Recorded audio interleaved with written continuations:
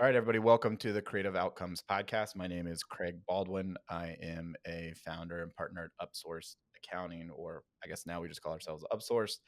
And today I have a special guest, Prentice Howe from Door Number Three. Prentice, how are you?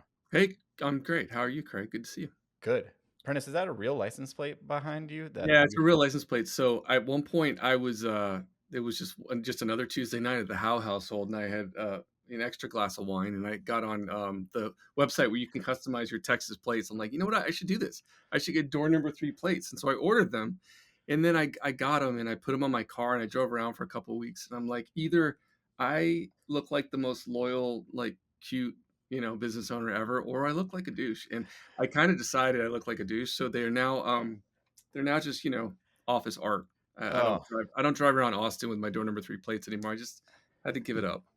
you would think in a town like Austin, that would be Oh, really good marketing, though, right? oh Like, no, it just kind of rubbed against. I was offending myself for some reason because there's a lot of vanity plates in Austin. It really fit right in, but I was like, "Prentice, you're offending Prentice. yeah. Well, Stop hey, doing that." if you can't live with yourself, that's obviously a No, problem. yeah, So. exactly. So it's good. I can just have them on my Zoom calls now. Oh, okay. Well, I think it's great. I kind of wish I had one, to be honest with you. Maybe I'll look into that for I won't put it on my vehicle, but at least I'll have it behind me during calls. So, Yeah, um, Prentice, I have known you for a little over a year, and you've been working with Upsource for a couple years. yeah. Um, and I have to say, I've really enjoyed my time with you. I think you already know that, of course. I don't know if the audience knows that, but I'm just gonna make it clear for them as they watch this that I think you are a very thoughtful, intentional, um, principles driven business owner, which we all try our best to do that. The reality tends to be much more challenging than how we hope it will go, right? Yeah. But one of the things that I've always thought was really interesting about you that is challenging for many of the clients we work with is you effectively run this business by yourself. Now you have a leadership team that you have continued to empower over time, but you're the sole owner of the business, and it's not necessarily a super small business anymore. Door Number Three is a pretty decent sized agency, and so I was wondering if maybe you just get a little bit of background on yourself, Door Number Three, how you came to the organization, and how you came to be an owner of the organization. Yeah, sure. It is interesting. I do have a bit of an interesting story in this advertising industry that doesn't always happen to everyone. I grew up as a creative director, so I was a writer by trade. I came out of SMU with my portfolio, became a writer, continued to kind of grow through the ranks of creative departments at different agencies around the country, and had the opportunity to work on some big brands, beloved brands, bigger agencies, smaller agencies, just a real variety. And I did that for a long time. I was actually the executive creative director at Door Number Three under the original founder. And she founded the business and hired me as her ECD at one point. I had a 7-year run doing that. At one point, I think it was around 2018, 2019. She really wanted to get out. And we all, that's what you got to think about at some point. What's your exit strategy when you own an agency? Well, she probably waited a little bit too long to think about that, but she knew there was an opportunity with me to turn it over, and we worked it out. And luckily, I was a interested buyer at the time. But the economy sucked. I don't know if you remember 2019, but that it was just not a great time to buy an agency. The devil was in the details, and I didn't like the details. And I just decided I'm going to go work. I'm going to go do something completely different. And I worked at a big agency in Detroit for a while, and did that and came back, reunited with her. I'll cut the story short, but was able to come back and dust off over lunch a plan that we had put together many years before. And all the framework was there. It's just like, okay, let's reactivate that because she was really ready this time. And we just had a mutual respect and understanding. And she just wanted this agency to be in good hands. And so she said, I want you to take this agency. And we worked it out. It was a very unique deal that I probably would never have been able to do if it weren't for the relationship that I had with her and just that mutual respect of being able to. It was not a hardball deal. We just tried to figure out how's it going to work for her, how's it going to work for me. And so I came in, and in 2015, it's now been exactly 10 years. I became owner of Door Number Three, and as a creative with a creative background, sure, I've been in leadership at different agencies, and I've been exposed to that many aspects of an agency, but not until you get into the pilot seat and you take over an agency do you truly know what all those things are. And I'm really grateful that I entered into it with kind of that, ignorance is bliss. I'm going to bet on myself because if I knew everything that I know now, yeah, I wouldn't have done it.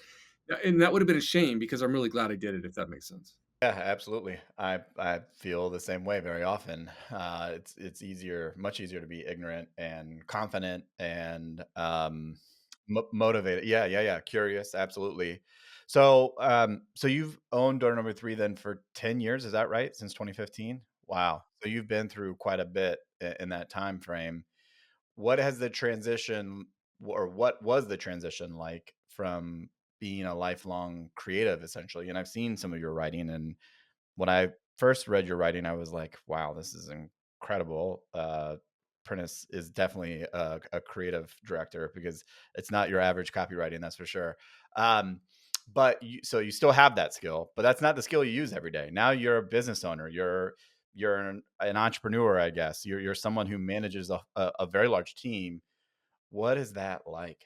Well, all that is yeah, no, yes, and all that is true, and I think it took me a while to realize, Prentice, you're not a creative director anymore, you're a business owner, and you can't just wear the creative director title and then do the business owning stuff on the side.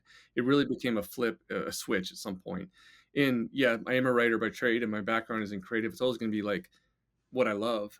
But writing to me now is being a good writer, being a good communicator. Like those still have such a big place in running a business and communicating with clients and staff and recruiting people and putting yourself out there and promoting the agency. All that I feel like door number three has kind of become my creative outlet. So it's no longer how do I nail that script for this client, but it's like how do I make this a creative culture where people want to come and stay and thrive. And so that's my creative outlet really is creating an amazing workplace. And I think it took me a while to realize how critical culture is and that it's not just words on a page, but it's actually like a silent compounder over time. You get it right. And it's like the way money compounds, it can, you don't look at it for a while, but then you come back and you go, wow, that's a big gap from where we were to where we are now. And the culture can either compound upward or it can compound downward. And I've been part of great cultures and really crappy ones, and I can tell you what a difference it is, and it's probably the only competitive advantage you have left with your competition because they can't copy it. Everything else they can steal and borrow and copy, but not that. And so I really leaned into that. But to be a solo business owner with a creative background, yeah, it certainly came with challenges, and I think over time it became stop trying to do the things that aren't within your superpowers and go source great talented people to do those things and stick to what you do really well, but obviously have oversight on the other stuff. Prentice, tell me a little bit about door number three in particular. What are the types of services?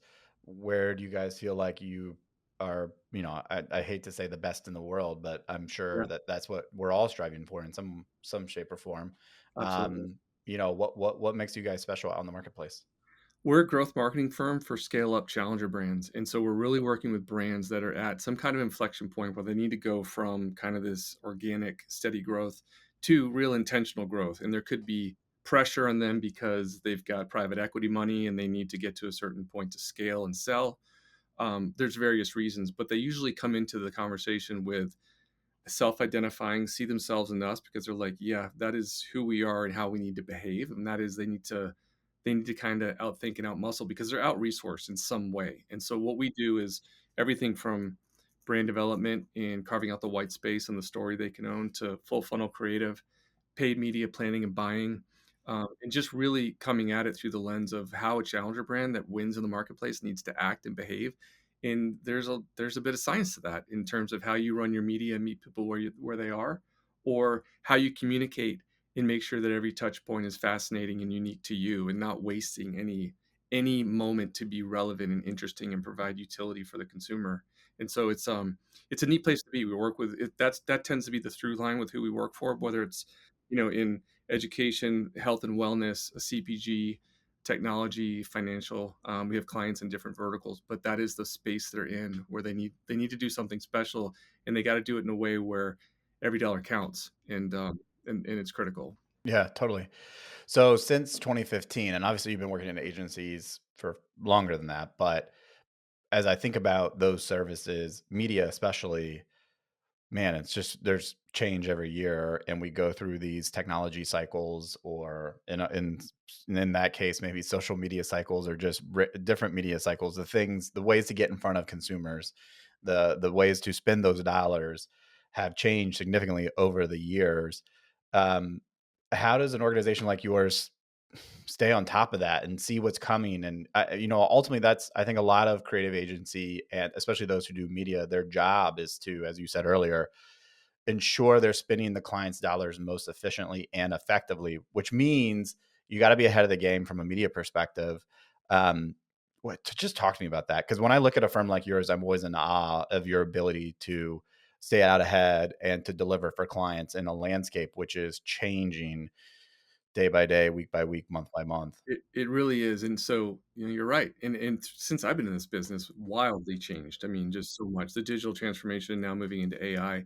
I think with media and paid media, there has to be constant curiosity and just a growth mindset with the people that you hire. So if people just kinda come in and are like, "Yeah, I used to buy billboards for Clear Channel Communication. I want to work here in media," obviously, they're not gonna be a fit. So, like, Zach heads up our media team. He's been with me for a very long time, and I've seen, like, 5 stages of his growth since he's been with me because he's just one of those guys that, like, he is competitive. He's always learning. He's always leveling up. And I think for us, it's staying on top of everything that's going on by having really, really good media partners. Part of it is like you think about, just learning all the ad tech platforms that are out there and always knowing what's going on. We have an amazing like vendor partners that our team's meeting with regularly. I mean, I talk about leveling up and understanding new tech all the time. They're doing it all the time. That's huge. And then looking at what AI is bringing to this industry, it's phenomenal right now. We're leaning into that. We've been using AI for a long time in media. When you think about the algorithms and programmatic and some of those tools, AI has been part of that for a while. Now AI is infiltrating every aspect of the business, which is exciting. We're also just like, hey, we're going to invest heavily in that. So we have an outside AI consultant that is working with us and our team pretty consistently to find opportunities in the near term to create efficiencies so we can do things faster, put our brain power to the things that AI can't really affect, but let AI handle a lot of the other stuff. And then over time, carve out a competitive advantage by some of the things that we're doing, which I'm really excited about. And it's an investment, and it's a bit of jumping into the known unknown at all times. But I think in the case of paid media, in the landscape that's going on right now, you just have to place a lot of small bets, and one of them or several of them are going to pay off. Yeah, totally. Well, I would love to talk more about that. I'm going to put a pin in it for a second, because I'm going to be a little selfish just Yeah, for the next couple minutes and just talk to you a little bit about how, we Upsource as an organization has been working with you for a couple of years. yeah. This is not about Upsource, it's about you, but I would love to learn about what made you want to come to a firm to help with, accounting and finance, which is kind of a broad thing to say, because I think we're pretty embedded with your team operationally and how you do things and how you view the future. But what was your pain point or challenge of why you were seeking a solution?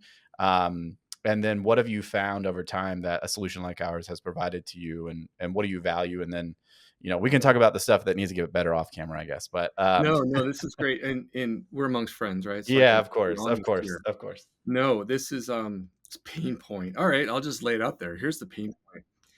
Lowest point in my one of the lowest points in my career.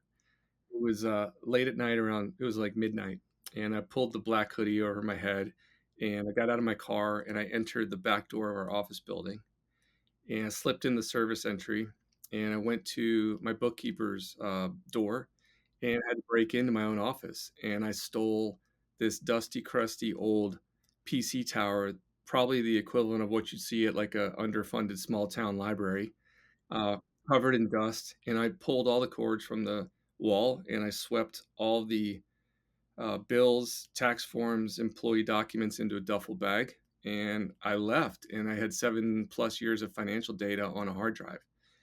And that's the moment where you're like, I'm a fraud. Like I'm literally a fraud that I let this go on so long because I had to move on from someone that had done a really good job for many years, but I had to make a change. And when you have to make a change like that, you don't you don't delay, and you gotta get what you need. And what I needed was to be solvent was a hard drive with a desktop QuickBooks file. And it was sad. It was, embarrassing. It was all the things that I said I'd never get myself into. And one of the lessons I've learned since is do not put any aspect of your business in a black box. I literally had a lot in that black box. Um, and I drove over to my friend's house who's a CPA and just accountant and really smart. And I knocked on his door and I said, I need you to put this in the cloud. And it was just wild because the cloud had been invented maybe, I don't know, 4 decades before, but I was like, "There's this thing called the cloud, and we're gonna start using it, damn it." So, we sat there and, I chewed my nails, and it slowly uploaded into the cloud, and while that was happening, I had already found Upsourced, and what I wanted was a firm that I could work with who, there's several reasons. Well, why I wanted this change. One is obviously real time data that's current and cloud based, which is just stupid of me. That took way too long for me to solve. But also having several eyeballs on the finances. Also having a firm that works in my industry and knows other firms that do what I do and know the language and media, especially when you're placing media and reconciling media and billing and all of it. There's prepayments, there's reconciliation. Like I said, there's all kinds of things in media that are not simple accounting things. I remember a friend of mine was like, "You can just start doing the invoicing. All you got to do is QuickBooks and write up what." Like, bro, I no, I can't. This is complicated. Like what we're doing. Um, and so I found you guys, and I found you, and I was drawn to the fact that you worked with creative services firms. And so the benefit of doing that and working with you guys is um, just having a team that's not just looking back in time on it's like bookkeeping can be very historic, right? That's kind of what it is. Accounting is historic, but also in working with you, being able to be forward thinking and try to mitigate risk and find opportunities when you're thinking months out. Very well said. Yeah, I mean, it's hard to pull off, but if you can move from retroactive to proactive in your business, I think that's what we all want to do if we can, if we are keeping track of things appropriately and projecting them in the future and can do that with some level of accuracy.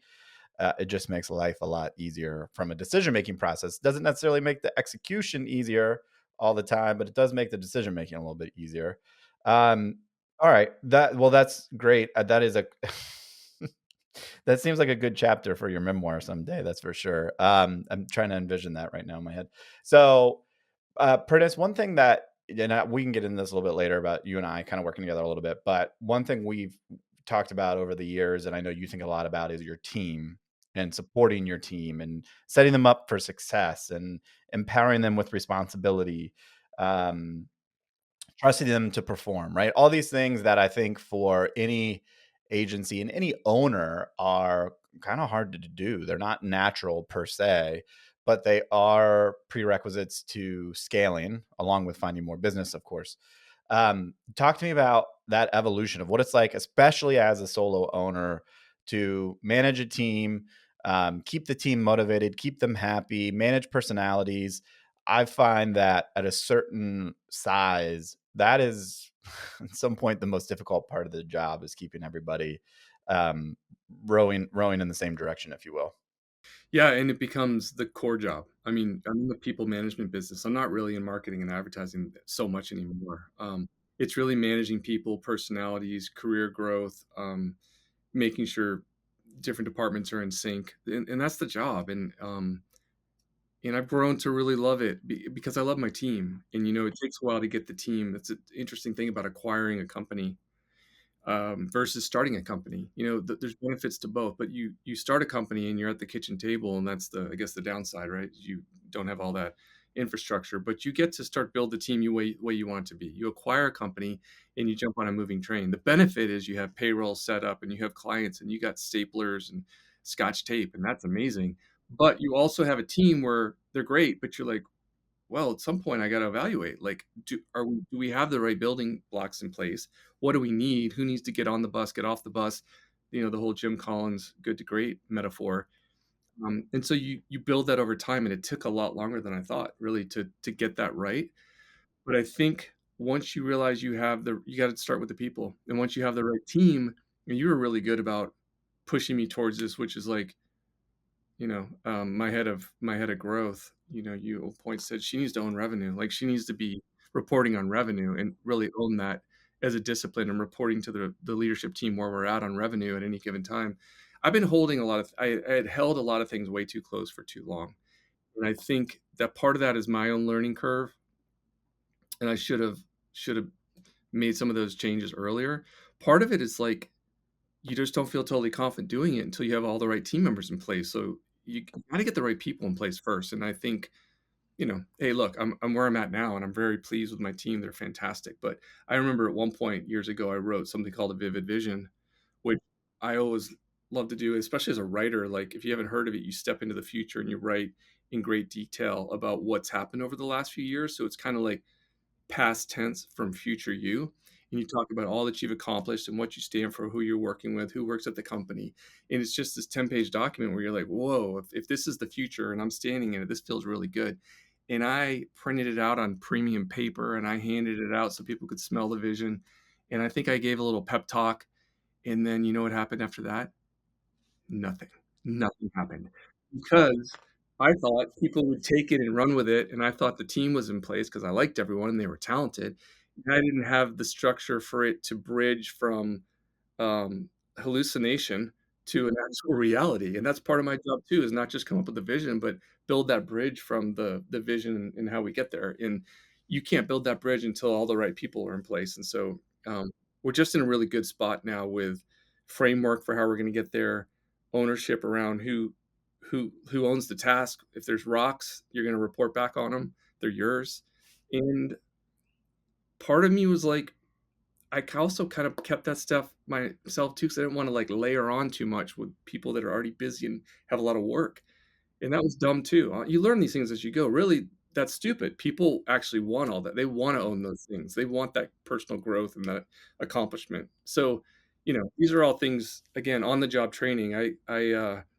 I showed up to ownership with 20 years of being a creative director, award winning, working on great accounts. I had read all the business books and listened to all the business podcasts, but you step into that role and it's on the job training and there's no playbook for this company. You got to figure it out. Yeah, yeah, absolutely. Just as I'm listening to you talk about that, I kind of reflect on. I think about this often as just the owner agent problem. And, I'm fortunate that I can share my business with two other partners. And actually, we've recently brought in two of our employees into the equity ownership. And so we have more people who are feeling and acting like owners, and not like agents, i.e., employees. But in a perfect world, of course, every owner wants their employees to care as much as they do. It's one thing to say that. It is really, really hard to manifest that, right? It's hard to, um, empower, to incent, to entrust in a lot of ways your team and get them to think, and act and have responsibility the same way you do. But ultimately, I think if you, unless you're able to do that, accomplish that some way, somehow, especially with the size that you're at and where you want to go, you can't scale. You can't keep going, right? You need people to take that ownership and own, um, chunks of your business or own functional departments within your organization and then report back on that. And if they can't do that, you can't do everything, right? So, man, that's just one of the hardest parts of owning and managing a business that I have found. And I'm always thinking about that challenge. And I think about it all the way down to our most junior employees, right? I don't want them to feel like this is just a job and I just need the money and I'm done at 5 o'clock per se. I want them to care in a way that is above and beyond what the job description says and above and beyond the money that we deposit every 2 weeks. Um, but man, oh man, is it hard to do that. It's hard. This is the work that that I've been doing with you, and it's something we talk about a lot, and just constantly working on it. So these are gardens that always need tending, and I think for me though, there was a point in our growth where, we were doing well, like doing great, but I looked around. I'm like, wow, I have really good people.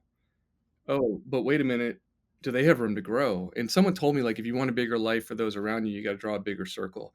And I was like, that really landed for me because I thought, it's time. I've never wanted growth for growth's sake, and I don't ever think about what my ego is going to feel like if I'm able to say, yeah, we're 100 people at our agency. I don't really care, to be honest with you.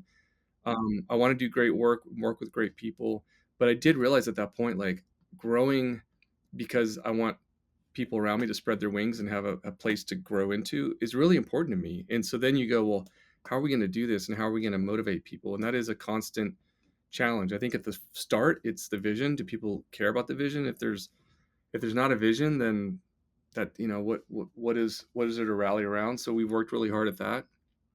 Um, Having a strong leadership team, and hopefully they feel incentivized for their own personal growth, giving people professional growth and personal growth, like, that's a gift. If we can give people ways to grow in their career or feel like, man, the people here want me to get better. They want me to grow. They're not trying to stifle me, so I'll stay here. And it's a challenge though. It's always a challenge. And I remember Mike Levy, the publisher of Texas Monthly. He's older now. He, he was a mentor of mine for a while, and he said, Prentice, when I got the agency, he goes, Prentice, congratulations on acquiring door number three. You now have a third kid. And he knew I had two daughters, and that's true. And I don't expect anyone else to look at the company to look at door number three as their additional child, but I always will. And it's hard to have people match that passion, but that we work on it every day to try to make it be a place where people feel it's theirs and they are empowered to make decisions and screw up or succeed wildly, and that's okay. But at least they're in the driver's seat to be able to make decisions and guide the trajectory of this company. I think that's what's cool about being at a smaller agency too. I never felt that when I was at a giant 600-person shop. I knew that I could, disappear into the fire escape, never come back, and they would probably replace me just fine. And that's just not the case here. Prentice, one thing I also think about, or I shouldn't say I think about it, but I encounter it with clients from time to time, especially, man, the last 10 years, really the last 15 years have been tumultuous. Like just the business environment, being in advertising and media, it is a landscape that changes as fast, if not faster than any other.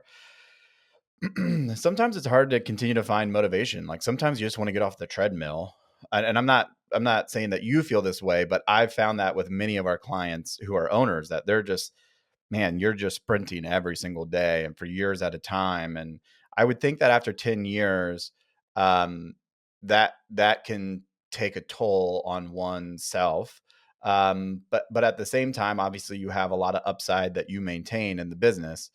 I'm just interested in how you maintain that motivation. What is your North Star? What drives you? What keeps you coming back with the same vigor and energy that you probably had when you first acquired, or when you first, maybe when you broke into your old accountant's office and stole the what's that like? It's I'm not going to pretend that I don't need to have hit the reset and dig deep to get motivated at times. And that's just, I think that's true for everyone in every industry, especially when you've been at it for um, you know, well over 2.5 decades, right? So it's true.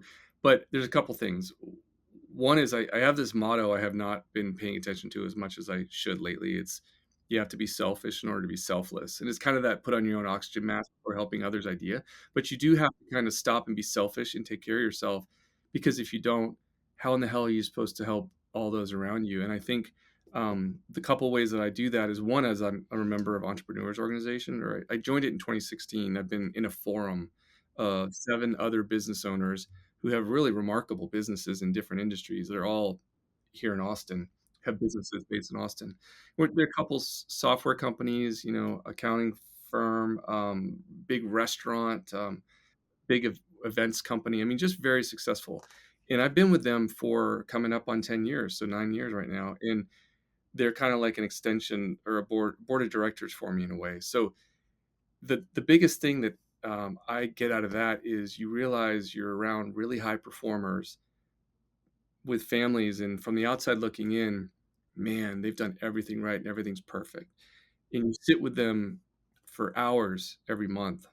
We get together and have like a 4 or 5 hour meeting, and you realize like all these guys, put their pants on one leg at a time, and they screw up, and things at home aren't always rosy, and there's some shit happening at work that nobody knows about except for them, and they're figuring out how to get through it. And I just think like those experience shares have really been illuminating for me to realize like we're all trying to figure this out at any given moment, and no one's superhuman. And so that's very comforting and helpful, also just to get advice when I need it. But I try my best, like, man, to just try to hit the reset when I can and get space. I'm like I like people, so don't get me wrong, but I get a recharge from time alone, and so I've gotta get that and, like, thinking time and writing time and just, it's important because you can't pour from an empty cup. That's well said. All right, I want to bring back something you talked about earlier because I know we all are thinking about it these days, which is you have taken AI so seriously that you've hired an external consultant to come in and evaluate your business, your services, maybe even roadmap what that could look like in the future. Talk to me about what that process has been like. Talk to me about how you believe AI will change your organization, and maybe specifically around media delivery, right? Because that's something I think there's a lot of, I don't know, anxiety around how AI can change, content production and media production. Just what have you learned through that process, and what are your key takeaways that you've had that you think will be material to your business moving forward? I think some of the things that we benefited from recently is just doing things in a matter of minutes or hours that would normally take many, many days. And it could just be ramping up and getting smart around a new business pitch or a new client in terms of competition, the industry, what's going on, trends, and just building. We built specific playbooks for industries that we work in so we can deploy that and get back content that is just so smart and level us up really quickly to get up to so we're getting up to speed on things way faster. The other thing we're working on right now is a media reporting playbook that's going to aggregate data from all the sources in a way that would normally need to be done manually and create like a real-time dashboard that is probably going to look way more sophisticated and come together faster than anything we'll be able to do. And the advantage for us is time savings, but then for the client, it's just being able to see numbers and scenarios and media reporting that they haven't seen before. That's a little bit more in depth. So it's just like finding moments where we can try some things that I think will have a difference for our own people and then ultimately for our clients. I think in the immediate, some of the lower funnel production stuff, like really lower funnel stuff, is going to get swallowed up by AI. And that's just what it is. I think being able to harness it and make sure you're still on brand standards and it aligns with the brand and it's not just a bunch of garbage. You still need people for that. You still need people to corral all of that, even though you can use the tools. Um, and we'll see after that. We'll see. Like I just still think there's a place for strategy, creative thinking. Like you're just not going to get from AI, but all the tools to be able to then execute on it are going to be available, and they keep getting better. And I guess I'm excited for that part of it. I just think there will be shifting sands, but it's like it's you can put your head in the sand and like get overwhelmed by it and scared by it, be intimidated, or just lean in and be like, this is really cool. We still have our superpowers here. Put our superpowers with knowing how to use this stuff, and wow, that's going to blow up. That's going to be really something special. Yeah, that's amazing. We have had a couple use cases that we're kind of scratching the surface on, but have been really helpful for us. That really my partner Ryan Watson has spearhead. But one of them is, we do a lot of client. You meet with us at least monthly, right? And we deliver a whole bevy of information to you about your agency and how things are going. So our team members are on calls all the time, delivering their output essentially. And Ryan has been banging the drum for a long time on sort of principles of effective presentation giving and how to communicate clearly and how to make sure that we're getting the message across and how to make sure that we're not just delivering the news is something we talk about a lot internally. And so what we actually have been over the last year, we record just about every single meeting that occurs with an external party or with a client. And a lot of that we were using for kind of note taking application, kind of like, hey, if I want to go back and review this, or if I need to share this with others, it's an easy way for them to hop in and see what's going on. But one of the things Ryan has done is he's actually taken he's created some criteria for really effective presentation or meeting, and he's fed that into his own GPT. And now he will take those meetings, the video files, and give them to the GPT, and then it will score them based upon that criteria, like immediately. And it has been an incredible way for us to provide really meaningful feedback across a wide number of videos to our team to upskill them really quickly. I thought that was a really cool use, although very internal in nature, but really cool use. And then the other thing he started doing is he's actually started using a GPT effectively for a lot of our recruiting efforts. And so he's keeping track of a lot of the conversations, a lot of the meetings, a lot of the scores that we get, because we do actually offer like a preliminary test to people who we are interviewing, and he's kind of using it as a sanity check, especially in a world where it's still really hard to come by talent. And we have many moments where we need somebody, we need to bring in somebody. We're at capacity, we're over capacity, and we've made that quick hire so many times, and it's been a mistake, to be honest with you. And so we've kind of adopted this strategy, which is if it's not a hell yes, then it's a hell no on anyone that we would hire. And so he's now using chat gpt to really gut check him, and it will actually compare him to, or compare the individuals that he's referencing as a part of the recruiting process to others who were very successful with us, like other employees. What was their recruiting process, right? What did their interviews reveal? What was their behavior? What words did they use in the interviews we had with them, right?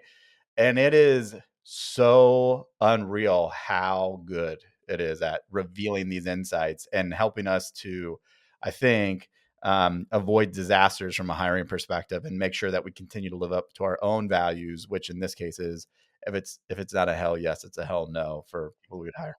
Yeah. Yeah. Yeah. Totally, totally. All right, I'm going to change gears on you again, because I feel very fortunate that I've been able to work with you, just really on a one-on-one basis on what I think started as mostly conversations around growth, but we've talked about at this point about everything under the sun. We've broken bread in person now multiple times. I would like to consider you a friend, right? A colleague in the industry, but a friend more than anything else. And so hopefully that doesn't bias any response you would give. But what talk to the listeners about what it's been like to work with me, negatives included, but like what how it's expanded what was primarily an accounting and finance relationship into other areas of your business, and maybe hopefully if I've done my job appropriately, been a sanity check for you in some other key areas that may not be totally related to the financial statements, but the results show up on the financial statements, if you will. Yeah, I mean that. Yeah, and I mentioned EO and the guys that I meet with. They're great for certain perspectives, but they also don't know my industry, and that's the beauty of like getting time with you is you know this industry and you know it really well, and so we can cover things. Obviously, we you all have helped and you've helped lead like just how we think about finances, how we view finance, what's the cadence around the inputs and the outputs, how should we be thinking about projections and the pipeline and utilization and profitability, and like so now like just even having metrics where we're watching like hawk utilization, profitability, all those things are huge. But for me, like the time together and getting to work with you and talk to you is like it really did start with all that. It started with all the number stuff, but you're kind of like the outsourced CFO, but you're also like the outsourced growth consultant in terms of understanding how to manage our own marketing and sales funnel.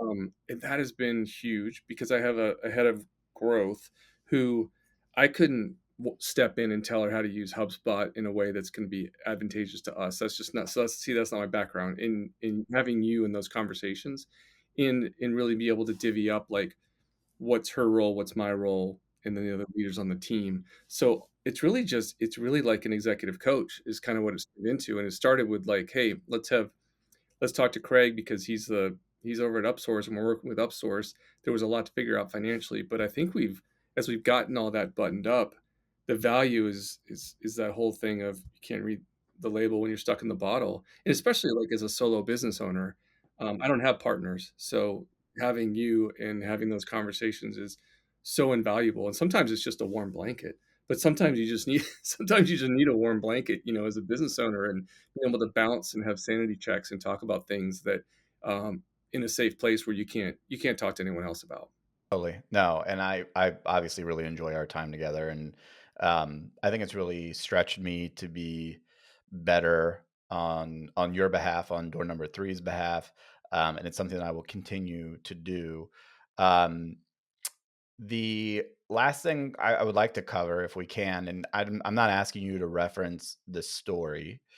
However, one thing that I really admire about you is I think that you are a very purposeful and I don't know if morally driven is the right way to put it, but you're a man of character from what I've always taken away, and you really live what you believe in your business. And I don't necessarily, I think it's probably easy to for a lot of our clients who might think of that in terms of maybe a religious manner. That's not what I mean. I mean you have real moral clarity. I think about the person you are, the person you want to be in life. And you've probably run into some moments in business where you could have taken the easy route, but they were really at odds with um, your morals and how you think you should behave. And again, you've shared some stories with me, but I just really applaud your you live that out in more ways than one. And I think door number three is a reflection of that too. I mean, you guys really practice what you preach. But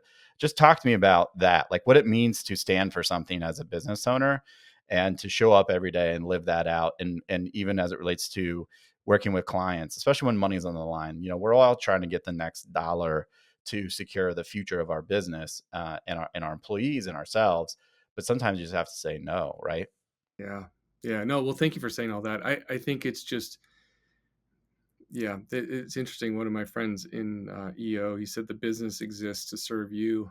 At one point when I was really burned out and I was frustrated with my role, and I didn't really believe in the vision at the moment, and I was resenting some of my tasks. He's like, Prentice, you can shape this into anything you want it to be. The business exists to serve you. And I remember thinking, that's really selfish. Like I think I'm here to put my people first, and I think I'm here to create a great workplace and not make it about me. But he was right at that point. And one of the shifts that I made is not to make it all about me, but I need to make it a place where I want to show up every single day because the values and the culture represent what I want in my life.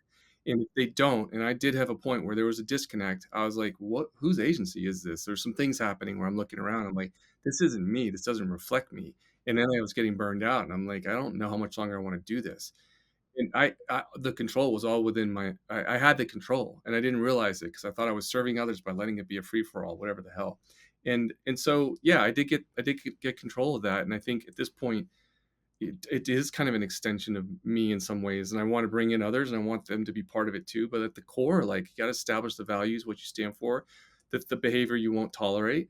And sometimes it takes me a while to identify when something's wrong or I'm going to make a change. Like, but once I make that change, I act on it immediately, like without hesitation, and it's done, and I'm doing it. And that's the doesn't make you cruel. It makes you a leader. And I think sometimes it feels cruel in the moment to make some of those decisions, but ultimately you got to stand for something. And yeah, we did have a situation late last year where we had someone that one of our accounts they wanted to work with, who was honestly, he was he's a convicted rapist, and in court, and they wanted us to do a shoot with him, and sure, it could have been big, could have been really big, actually, very well known. But I looked around at my team, and I'm married, I have daughters, I have a team, a lot of women, and I'm looking at it, and I'm like, there's no way. And I whatever that dollar bill was going to be that we could have gotten to go make that work, it didn't sit with our culture, and we had to walk away from that. And I was just very clear about that. And that's not heroic. I think there's a lot of people that would make similar decisions in those moments, but I think you just got to like you got to have that moral compass to be like, what do we stand for, what do we don't stand for. And then there's going to be fallout. Sure, there might be fallout. You don't get that big payday, or you're going to have to replace that revenue, or maybe if you don't replace that revenue, you're going to have to let somebody go or something. We didn't get to that. We weren't in that situation. But um I'd rather have the fallout and just deal with it and walk through it with integrity with my team than feel gross, really. That's incredible, Prentice. Well, I got to tell you, man, I really, when you shared that with me, I've always had a lot of respect for you, but I had even more respect for you. And so, um, I just applaud you for that. I applaud you for the business that you're running. As a fellow business owner, I know how challenging it can be. And especially as a solo owner, um, I don't know this firsthand per se, but I know going to bed with, just your thoughts and not being able to share all of them with everybody, man, that's really hard. And I just applaud what you've built. I'm very excited for what you guys are going to be coming in the future.